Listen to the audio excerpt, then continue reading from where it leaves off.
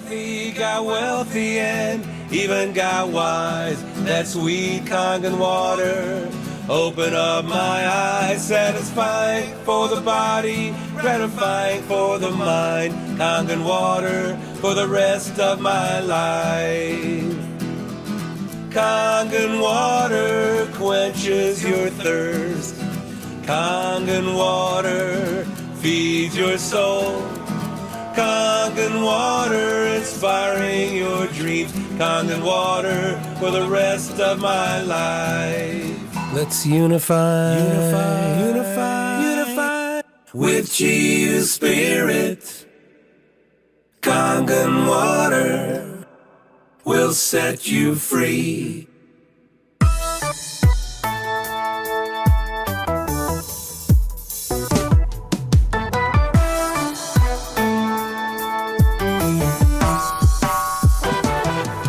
Let's unify with Chi Spirit. Kangen water will set you free. Let's unify with Chi Spirit. Let's follow Mr. O philosophy. Look within 'cause you wanna win. Join the Kangen Nation. Kangen Nation, we're everywhere. All around the world, water we share. Changing one life at a time. With compassion for mankind. Well, I love you so, you gotta know. Hope you don't mind me preaching. Hey, sisters and brothers, I have a new sponsor, my friends Gary and Marilou from AlkalineWaterSoGood.com. They are international Kangen water distributors. Kangen water is delicious water created from Enagic's innovative water technology. Enagic is a 56-year-old Japanese company with 40 offices in 23 countries, including an office in Manila and 8 offices in the U.S., and it is the leading manufacturer of alkaline ionizers and water filtration machines in the world. Not only do these devices filter your tap water, but they also produce ionized alkaline and acidic waters through electrolysis. These waters can be used for various purposes, including drinking, cooking, beauty, and cleaning. Can you imagine never buying bottled water again? The plastic in bottled water often contains BPA and other chemicals which are proven to be hazardous to your health. And how much fun is it lugging cases of it from the market, recycling it, and you know, plastic is an environmental nightmare. According to Gary, it's also a great way to add an additional income stream. He's been selling machines for over 12 years internationally, and everyone needs the healthiest water in the world. So folks, if you have any questions about Kangen water, check out their website at AlkalineWaterSoGood.com. That's AlkalineWaterSoGood.com. Or you can email them at Gary@GaryBallin.com. Gary Ballin with 2 L's.com. You're listening to the Wolf's Den Radio Show. Talk. Hey, sisters and brothers. Welcome to another episode of WDRS Talk, the Wolf's Den Radio Show Talk. And this is your host, Wolf Hemara. I want to thank you folks for joining me again for another episode of my small podcast, my humble podcast called WDRS Talk. So it is another episode 13. Now I'm feeling kind of superstitious. Maybe I should skip 13. So let's do it. Let's make it episode 14. And it's going to be part 4 of Stories from the Road. And if you have been listening to the podcast and you know what Stories from the Road is. And if you are a new listener, thank you very much for your support. Thank you very much for clicking that link to start the show. And I hope you guys have been enjoying the interviews. And I have really been enjoying giving those interviews I mean, these are the people that I look up to, the people whose art and craft and talent I admire.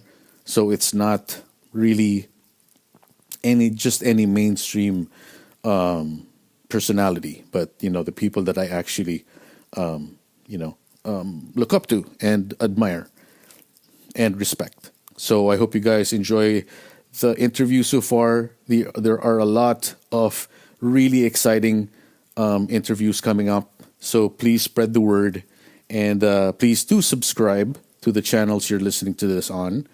If you're listening on YouTube, please subscribe, give a like. All of those things are very important, of course.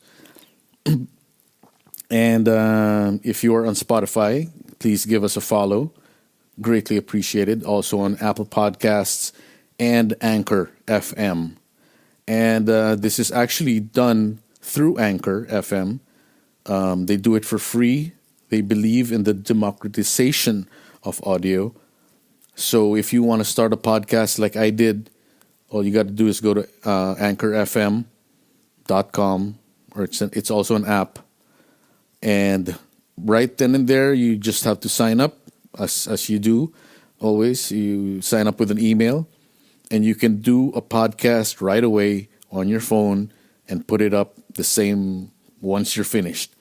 So if you got something to say and you want to say it, then hey, if I can do it, you can do it. So check it out. All right. What else? Donald Trump's gone. Yay. It's a new day. And have you seen those Bernie memes? The sitting Bernie. The Bernie's mittens. I love him, man. I actually just bought a shirt from the Bernie Sanders campaign website. If you want to buy a shirt, it's $27, and all proceeds go to charity. So they already released a sweatshirt of Sitting Bernie, and it's sold out.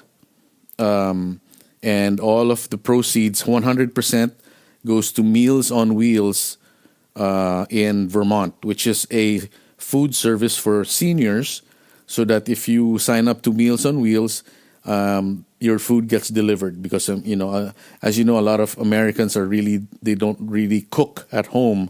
So this is a service that delivers food to them. So all the proceeds, all the sale, all the money will go to Wheels on Meals in Vermont, which is where Bernie is from.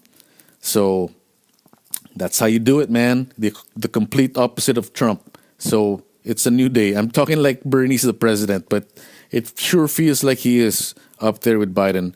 Nothing to take away. Not to take away anything from Biden, because he won the election by 7-8 million votes, man. I mean, come on. I mean, shit. So we wish him well, and he will do his job. After he's seen the worst, he's not gonna. I don't think so, because he is. If there anything, I mean, he is Creepy Joe. He can get creepy and stuff, but I think in his soul, he's a good Catholic person, and I'm a Catholic, so I understand where he's coming from. Where the kindness comes from, where the compassion comes from, because that's the way Catholics are taught. The teachings of Jesus, which is compassion, love your neighbor, love your enemy. Turn the other cheek. That's Joe. I mean, Joe Biden is very serious about that stuff. He is not a zealot, but he is a how would you call, an obedient Catholic. So I don't think that he has a lot of things in his past that he should rectify, and I think he will, with the actions that he will be taking. And we wish everybody good luck, and to everybody who has COVID, let's all pray for them, for their healing. And to all the families who are hurting out there, who lost loved ones, please pray for them as well. Whatever you do, if you don't pray, then just send them good vibes,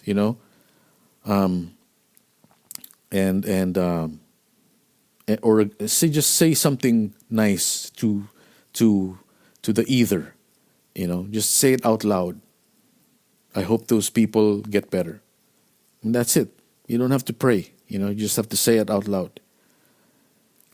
So anyway, there you go. It's a new day, and we are still continuing to fucking fight COVID. Don't give up. The vaccines are slowly but surely coming in. A lot of people that I know have been vaccinated already, and I'm happy for them. And I hope that my patient gets her vaccination soon, so that she's safe. And yeah, man, lost a lot of people, and just continue to fight, continue to be aware, and continue to wear your mask, wash your hands, social distance, avoid crowds at all costs, and boost your immune system. This is not an ad. This is not sponsorship.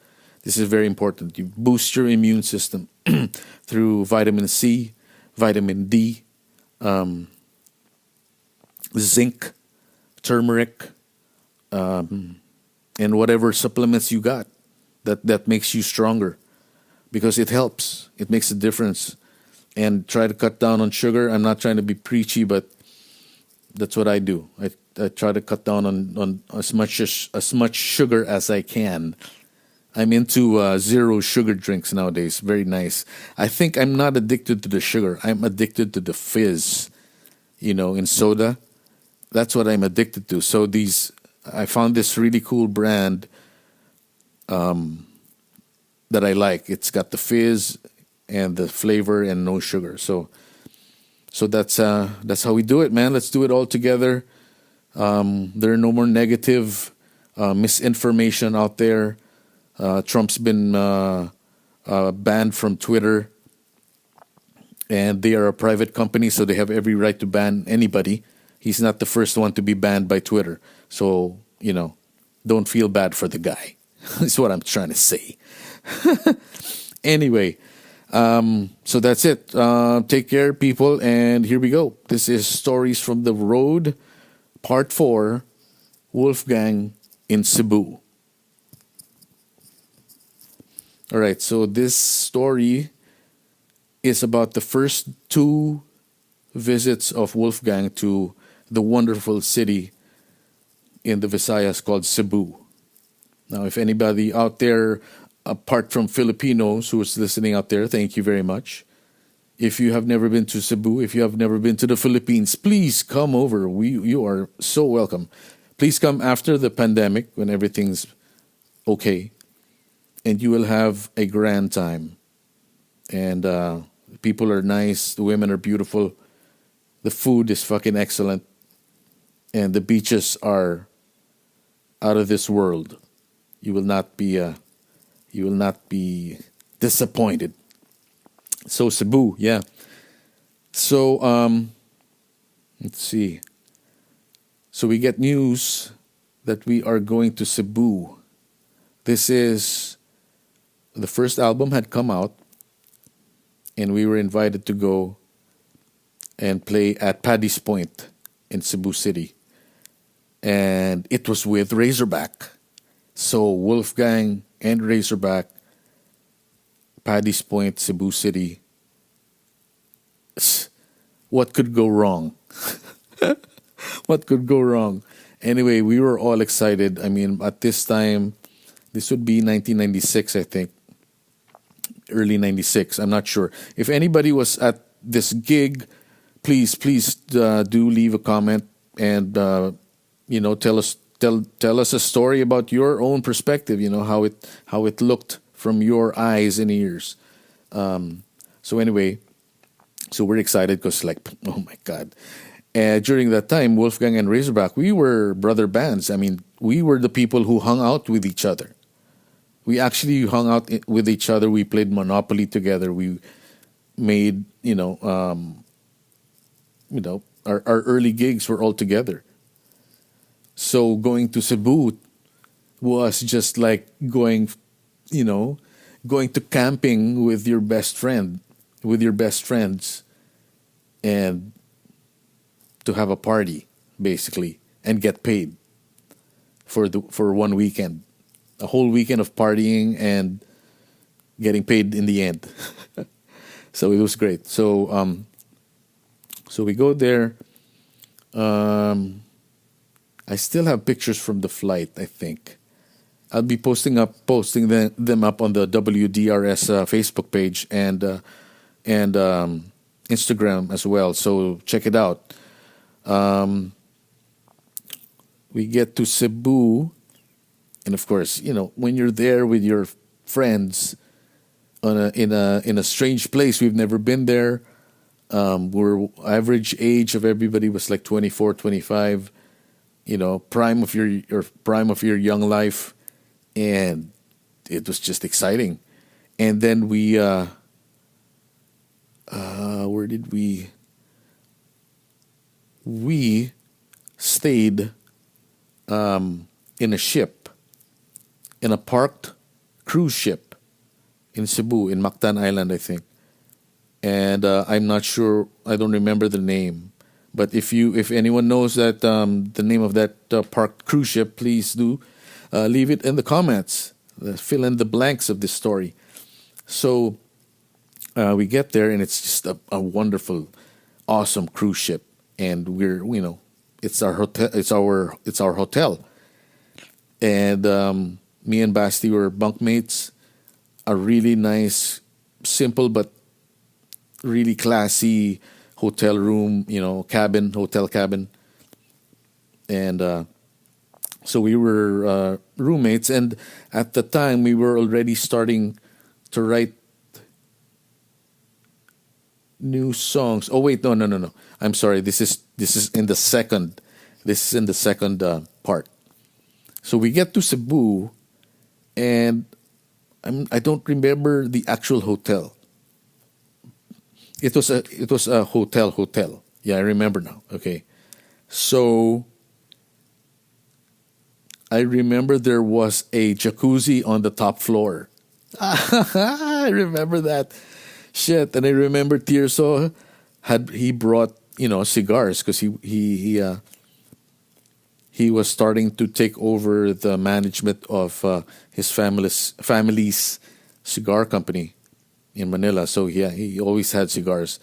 And we were there on the top floor of this hotel in Cebu City in the jacuzzi with cigars. It was just, and I also had a girlfriend at the time. My girlfriend was there with us, and it was just the best time, man. And this was Friday, and we were playing Saturday night, so we had, all weekend to party. So Saturday comes, and we're playing in the back of Paddy's Point and outdoors. And we play.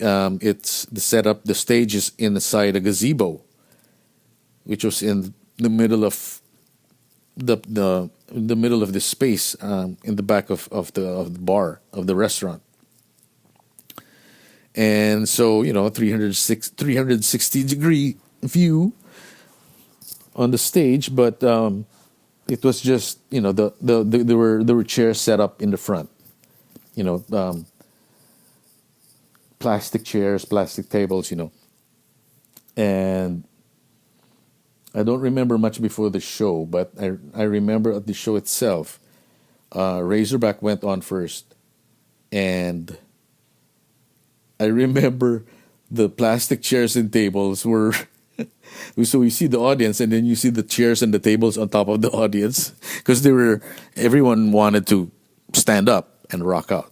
So they were taking the chairs and tables out, but they weren't throwing them. They were actually carrying them across the crowd, passing them from, person to person. It was funny. And right then and there, we fell in love with Cebu. Because, we were backstage, and there's no backstage, it's a gazebo, so you can see everything. And they can see you. There's no privacy at all, which was fine with us. We were fine. We weren't rock stars. We weren't really asking for rock star treatment during those times. But and we had a saying. We developed a not a saying, but an observation through the years of touring.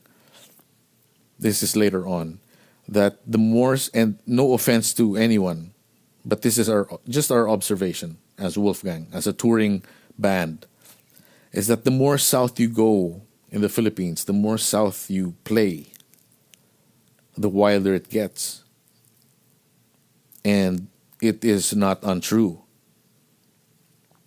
And we developed that observation because it happened. It's from experience. So, and Cebu was the first time.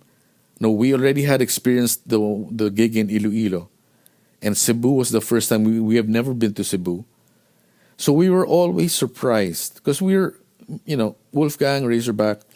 We were born in the city. We were city kids. So we don't know the culture of other cities around the Philippines. Well, I know my culture in Iloilo because that's my family's roots. But aside from that, I don't know the culture in Davao. I don't know the culture in Cebu or Iligan or Leyte or Sorsogon. I don't know the local culture. So we didn't really know how people would be reacting to our music because we've never, this is pre cable, high speed cable or whatever, and internet, pre-internet. There's already texting, but the internet was there's nothing on the internet at that time. So, people in the provinces were not getting any information. They were just running on what they heard on the radio. And Cebu had a satellite station of NU107. So they were getting all the music that Manila was getting, which included the local music. So we did not really understand how they would react because we don't know the culture. I'm speaking personally. So when the crowd just went ape shit when Razorback started. I mean, it's Razorback. It's like rock and roll on 11 on the first song. So there's no warm up with Razorback and Wolfgang. And it's like, it's time to fight right now. So you got to get up. And then that's why, people were passing out the plastic chairs and tables out of the way so they could rock out on their feet. And so anyway, before I continue the story, I also wanted to give you some awareness, and it's connected to the story. So please humor me and hear me out a little bit. An event happened during the same time after this first gig in Cebu. That Cebu was rocked by a very major criminal event that turned out to be a hoax, that turned out to be not true. And it involved 9 men, but in particularly a guy named Paco Larrañaga from Cebu. So this is the connection to this episode. And he was wrongly accused with the other 8 guys of raping and murdering a woman, a young Chinese Filipino woman. And they were eventually freed because there was not enough evidence. There's no evidence at all that linked them to the disappearance and or murder and rape because the body was never found. So nobody knows what happened to the girl if she's actually dead, So there is this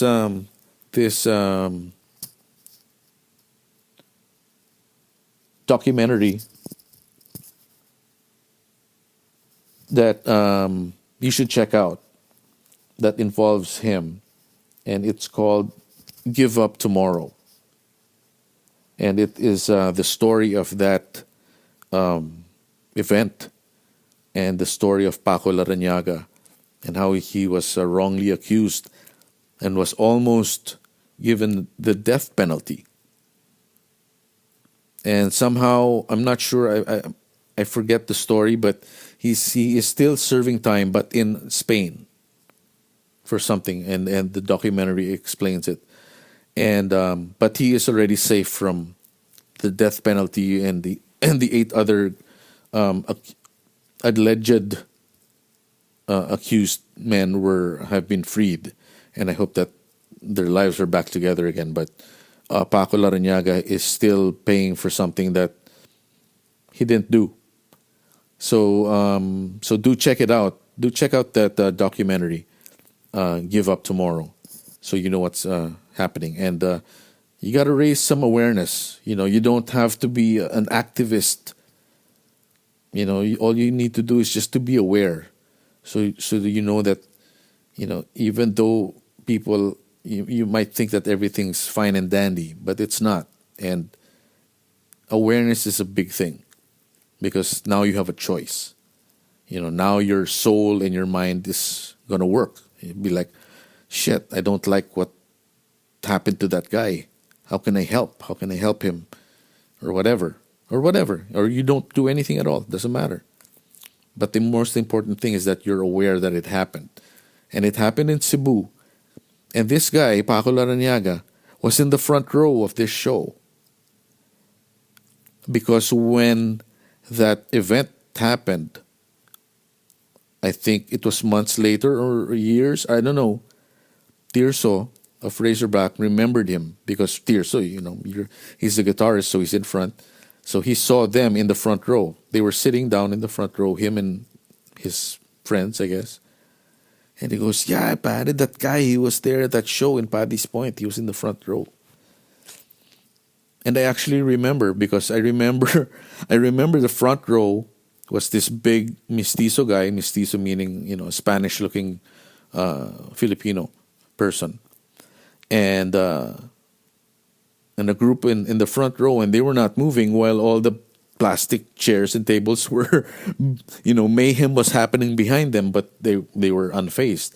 I guess I don't know. Maybe they're the big bosses of that town. Who knows? But anyway, the point is he was wrongly accused, and he was innocent. And so check it out.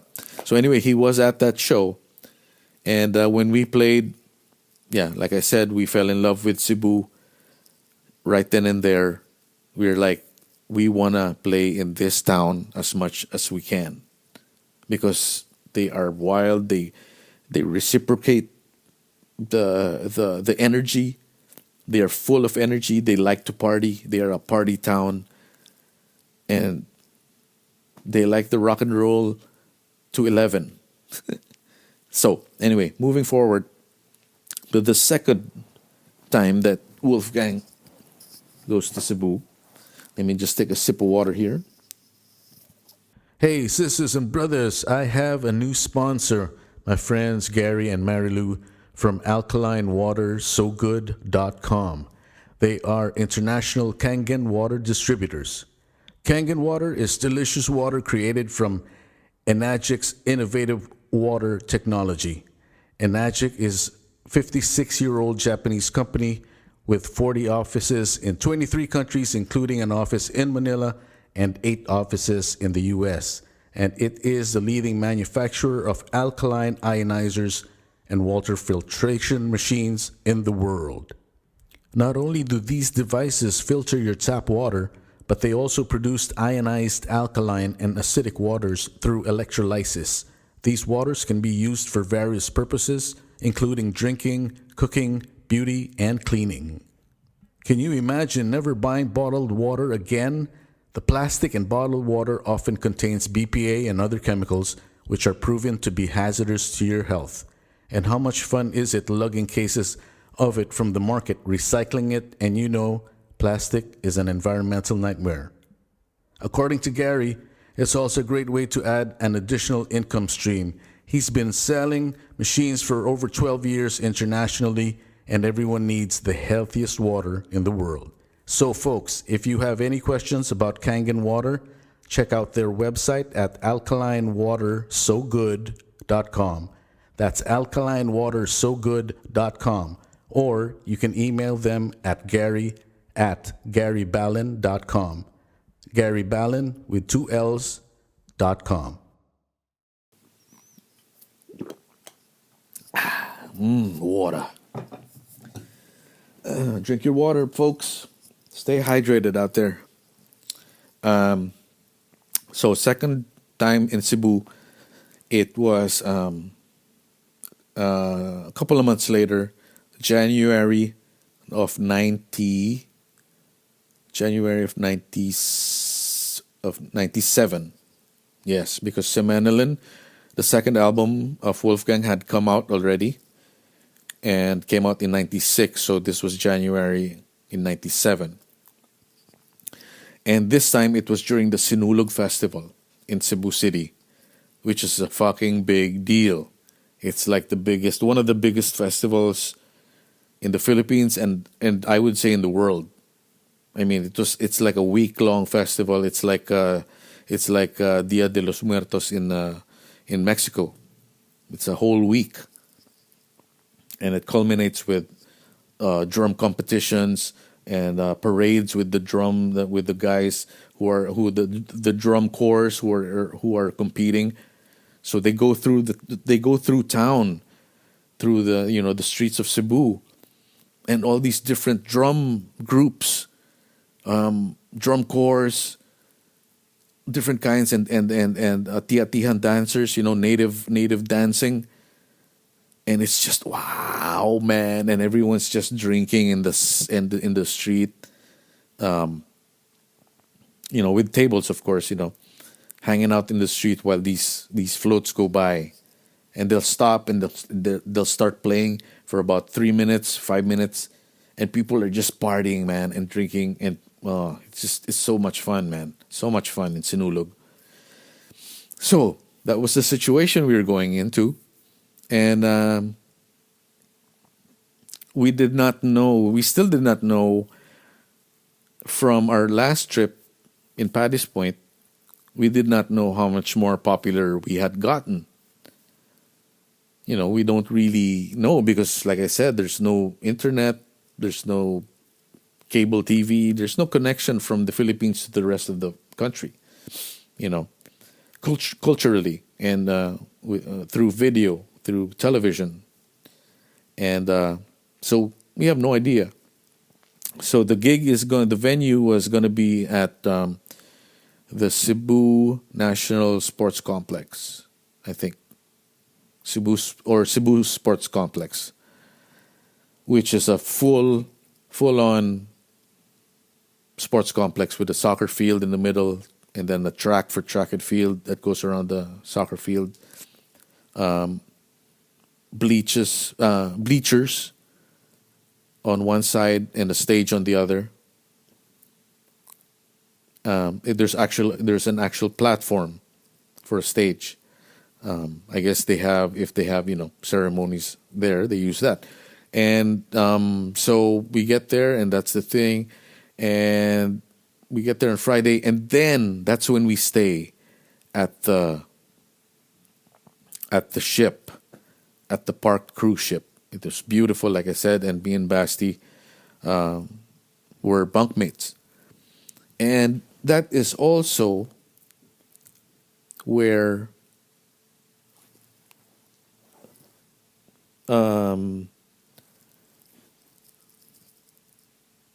we were at the time already starting to write new songs for the third album. And as if you're a Wolfgang fan, the third album is a concept album called Verm. And at this point, there was still no concept. There was no storyline to the album, to the lyrics or whatever. It was just a couple of songs. And at this time, the music I was listening to was, I was so immersed. I was fully immersed, as in fully immersed. My whole soul and my senses were immersed in one album called The Southern Harmony and Musical Companion by the Black Crowes, their second album. And I had the cassette tape in my cassette deck in my car for a whole year, listening to it every time I was in the car. I can recite the lyrics. I can sing along to those lyrics anytime, any day. And it's one of my favorite pieces of music ever. So anyway, there's a song on there, the second to the last song, called My Morning Song. And in it is a lyric called The Emperor Worm. And on my bed, the Emperor Worm. And I was like, fuck, man. Emperor Worm, man. That's a fucking cool-ass name for a song, for an album. So I when me and Basti were bunkmates in the cruise ship, I laid it out for him. You know, it's like, hey, Basti, check this out. Check this out. We can call the album The Emperor Worm. And he goes, ooh, that's cool, man. Well, let's cut it short. Let's call it Worm and then give it a German spelling. And then I think I was the one who said, thought of spelling it like a German word, W-U with umlaut and R-M instead of W-O-R-M, which is the same thing, Worm. And he wrote a song called Emperor Worm. And so that's how that happened. And then I think from that's when it sparked the idea of making it a lyrical concept album. And that's how the genesis of the third Wolfgang album called Worm was. That's the genesis right there in that cabin on that cruise ship in Cebu. So Saturday comes, we do a sound check in the afternoon. We go to the venue. It's a huge venue. It's a huge sports complex. And when we get there, Yano is doing their sound check. And of course, by the way, the show wasn't just a Wolfgang show. It was Wolfgang, Yano, and Green Department. So, yeah, really cool, huh? During Sinulog. So Yano was on the stage doing their sound check, and then after, when they were done, it was us, and then we go back to the hotel, have dinner, hang out, and the modus operandi of the Wolfgang crew and band is we do the sound check together.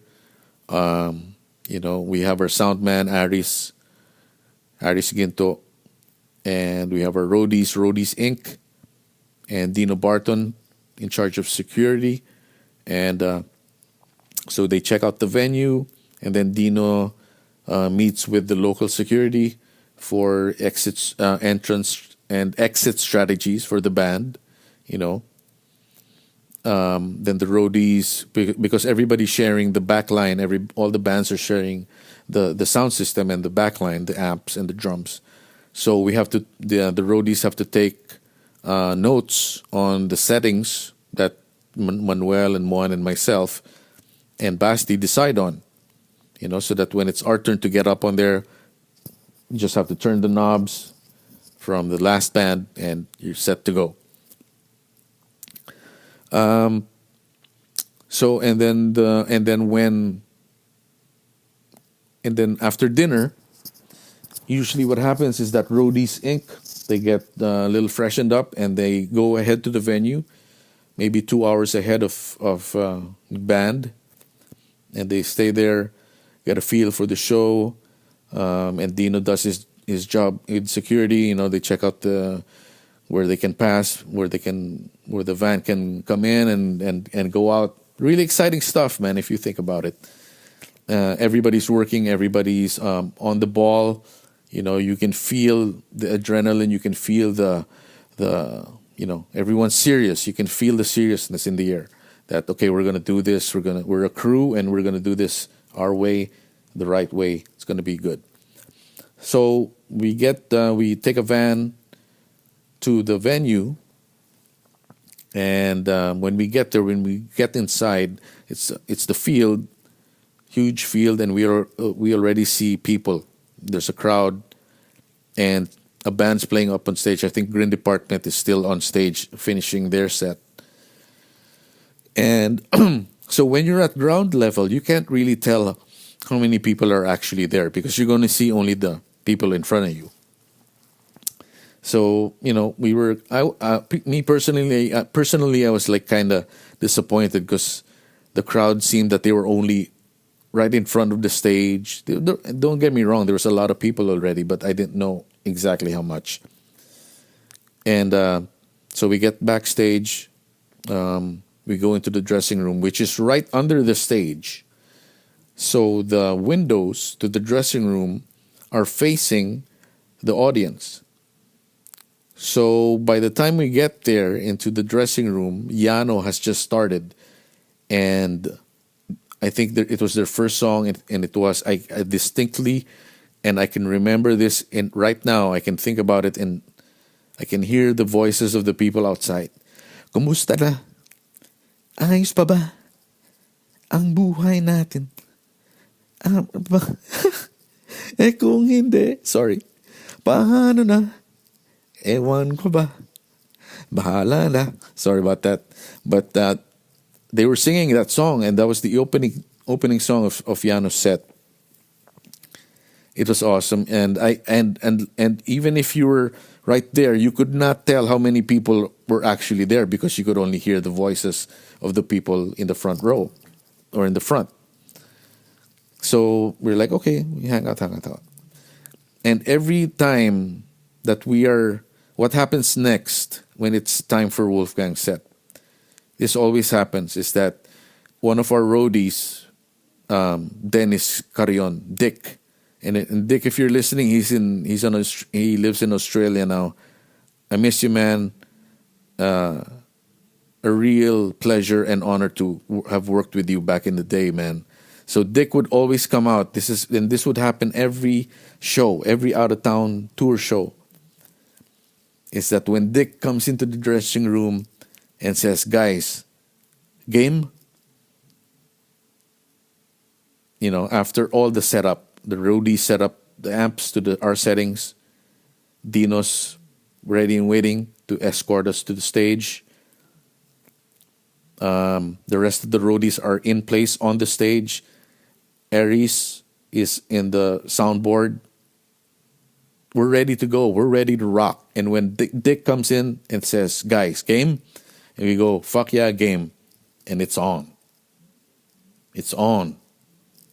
And then the adrenaline is just overflowing, and you can't take it anymore. You just have to play. The only solution for this amount of adrenaline inside your body is to release it. And we released it, man. So when we got on stage, the stage was lit. The audience was dark. It was dark in front of us. You could only see maybe three rows in, 3 rows of people going in, and then the rest is darkness. But you could hear. This is what you could hear. It was dark, okay, but you could hear this.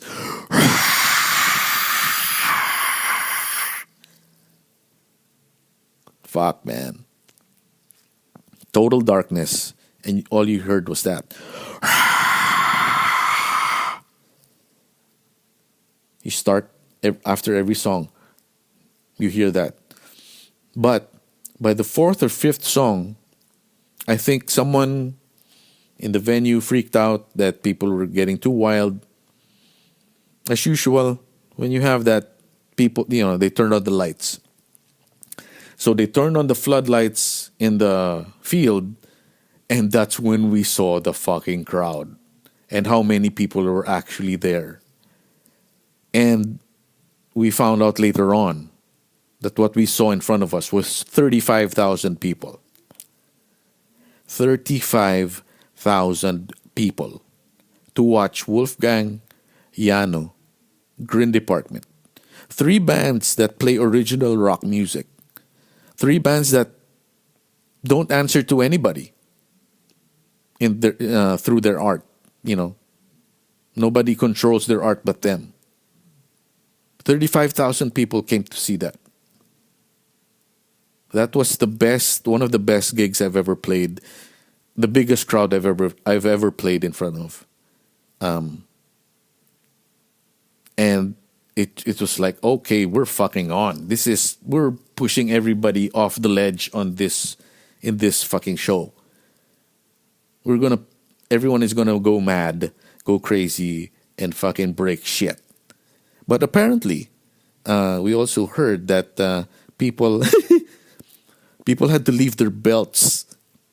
People who had belts on had to leave their belts at the entrance. So I don't know how many people are holding their pants up during this show, man. But that's true, man. They told us, yeah, no belts allowed because, you know, and good thing because there was no violence whatsoever. Oh, I remember this. Holy shit. And this is actually on video. I saw the video of this. There's video footage of this. I do not know where it went.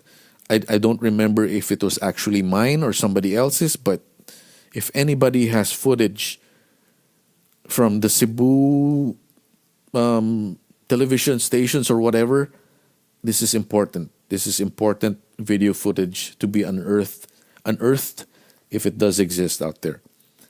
So anyway, another thing that happened was water bottles.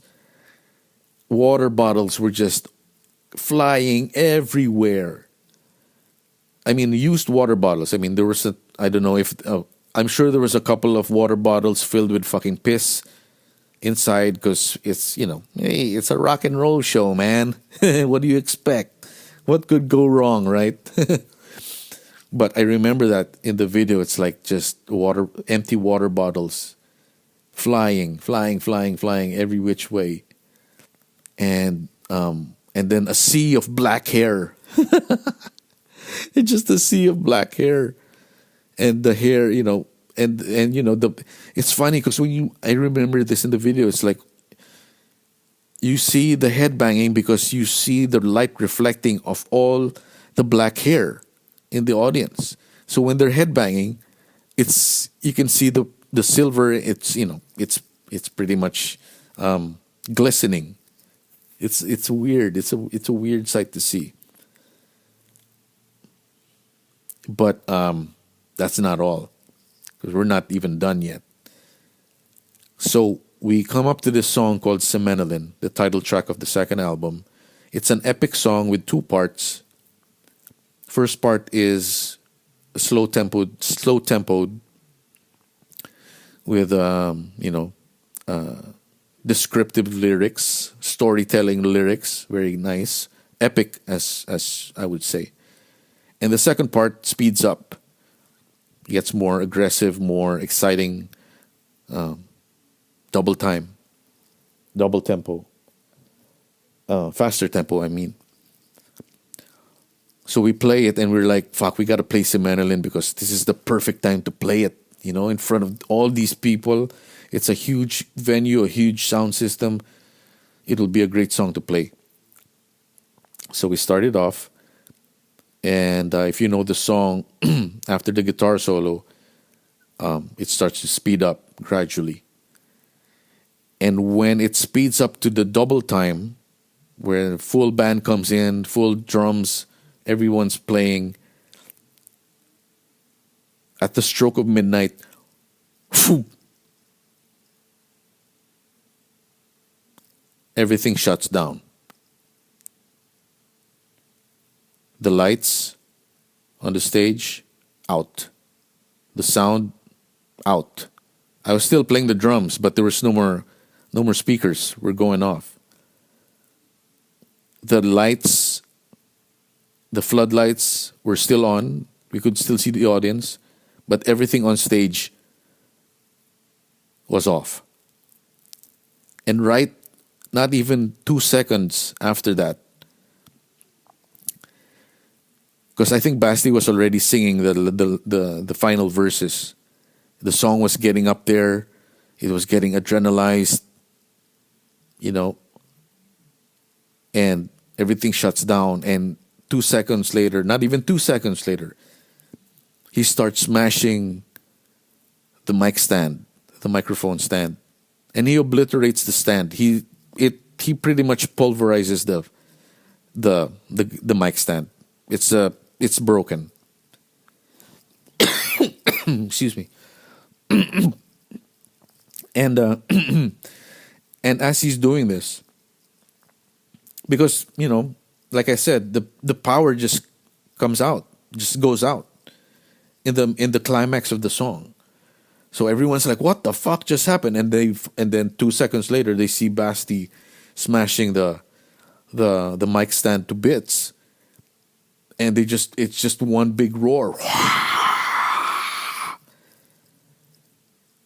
And then it dies down, and then I think, and then Basti just storms off, and then I look around, I look at our manager, I look at the roadies, everyone's like, "What the fuck just happened?" And then even Wally Chamsey, the head of Sony, was there. It was a big deal.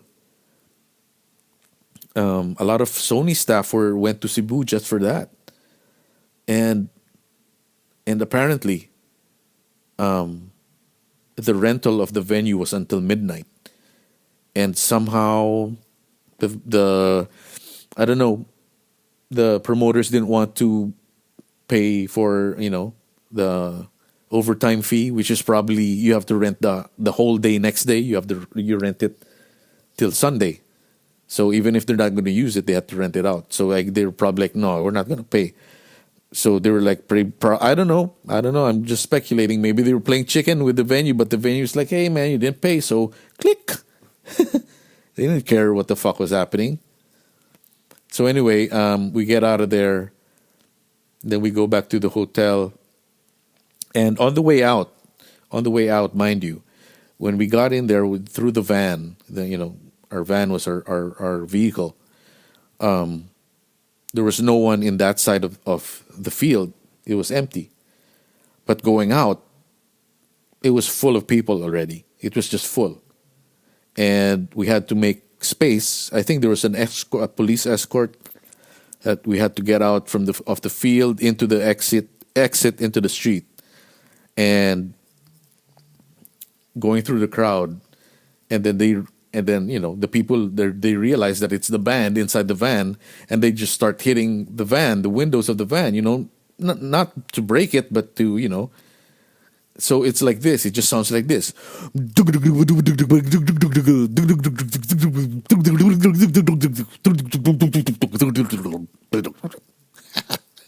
And you're inside the van like a fucking goldfish in a fucking aquarium. Everyone's hitting the windows of the van and just start shouting, "Wolfgang, Wolfgang, Wolfgang." They're just showing love, man. And, we weren't really scared because I know that they weren't going to be, violent to us. They were just showing love, man.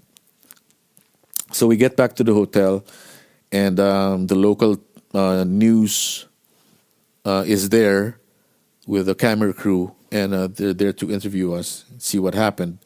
And we were briefed, I guess, in the van ride back to the hotel that's what happened. Is that they didn't want to pay the overtime fee to rent the venue for another whole day. So the venue had no choice but to cut the power at midnight. So we came on, we freshened up a bit, came back down to the lobby, and did the interview with the local news channel, and we got to explain what happened. And Basti also he felt bad for destroying and pulverizing the mic stand, so he apologized on TV as well. But I told him, it's like, don't feel bad, man. I mean, they'll get paid for that. The promoter will pay for that. You don't have to pay for that because it wasn't your fault. You were in the middle of a a transcendental expression event, and the power just cuts off like that. I mean, that's rude, man. For an artist, that's fucking rude, and that's why Basti reacted that way, because he was insulted. It's like, you don't cut the power in the middle of the song. But I mean, I totally get it. What he did was rock and roll, man. And that's it. I'll never forget that gig, man. And if you were there, if you're listening to this and you were there and you were in the audience, please do leave a comment. Tell us how it was from your perspective, from your angle, from your eyes and ears. And I just want to say thank you to that city. The people in that city have always loved Wolfgang. And even though I went there as Locomotive and Three-Headed Dog, they showed the same support. And they're just a great bunch of people in Cebu. So thank you very much, Cebu, for all your support, for all your love throughout the years. And I'll never forget that gig, man. As long as I live, man. As long as I live, never forget it. All right, folks. That was part 4 of Stories from the Road. I hope you enjoyed that one. And I'll see you again next week for another interview. And I got a lot of good interviews lined up for you. I still have to make them, though. I still have to do them. But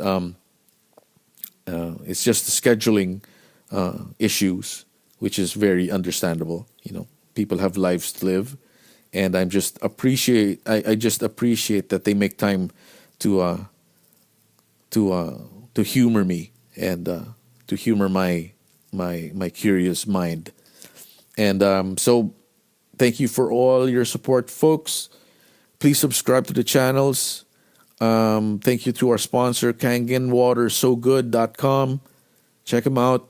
Kangen Water. It's the best, purest. It's the best water in the world. Check them out. And I'll see you next week, folks. Wear your mask, wash your hands, social distance, boost your immune system, take care, legalize marijuana, fucking smoke a bowl, love one another, be kind to one another. All right, peace out.